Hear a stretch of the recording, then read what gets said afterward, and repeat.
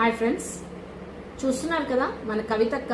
మీ friends ఎవరన్నా west బెంగాల్లో ఉంటే ఫోన్ చేసి వాళ్ళకి చెప్పండి, ఆడొక మహిళ లీడర్షిప్ చేస్తుంది, ఆ మహిళను గెలిపించండి, ఈ మోసకారి మాయమాటలు చెప్పేటటువంటి భారతీయ జనతా పార్టీని ఓడగొట్టండి అని చెప్పండి.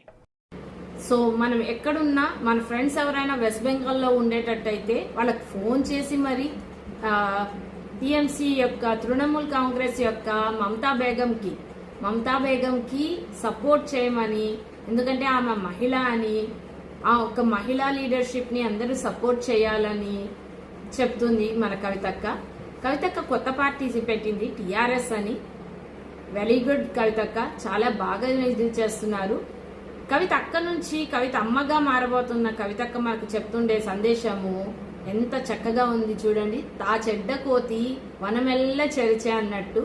కవితక్క, మీరు తీసుకున్న ఇన్స్పిరేషన్, ఒక లేడీ లీడర్ అని చెప్తున్న ఒక లేడీ లీడర్ గురించి కవితక్క మీకు తెలుసా?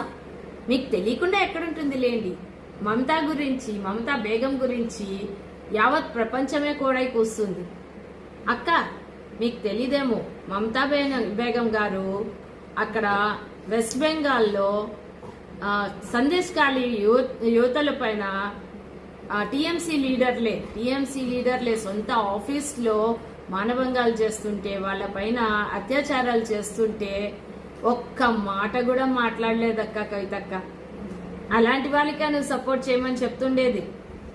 మొన్న అక్క ఏమైంది, ఆర్జీ గారు కాలేజ్ లేడీ డాక్టర్ కేసు మానభంగం చేస్తే అక్కడ ఉన్న ఎవిడెన్సెస్ అన్ని తుడిచేపెట్టేందుకు సాయ శక్తులా ప్రయత్నించింది కదక్క మన మమతక్క.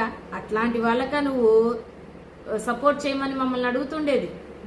ఇంకా వెస్ట్ బెంగాల్లోకి రోహింగ్యా ముస్లిమ్స్ ని రానిచ్చి మన రోహింగ్యా ముస్లిమ్స్ కి మన సంపదనంతా దోచిపెడుతూ మన భారతదేశం అంతా వాళ్ళని విస్తరిస్తూ తన ఓటు బ్యాంక్ గా మార్చుకునేది కాకుండానే వాళ్ళు చేసే ఆకృత్యాలకు అండగా నిలుస్తున్న మమతా బేగం అక్క మీరు మమ్మల్ని సపోర్ట్ చేయమంటుండేది.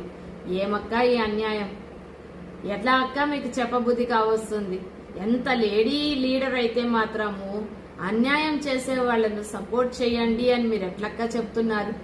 లేడీ అయినా జెంట్ అయినా తప్పు చేస్తే తప్పే, ఎవ్వరు చేసినా తప్పే. సో యువత మేలుకో, ఓ హిందువా మేలుకో.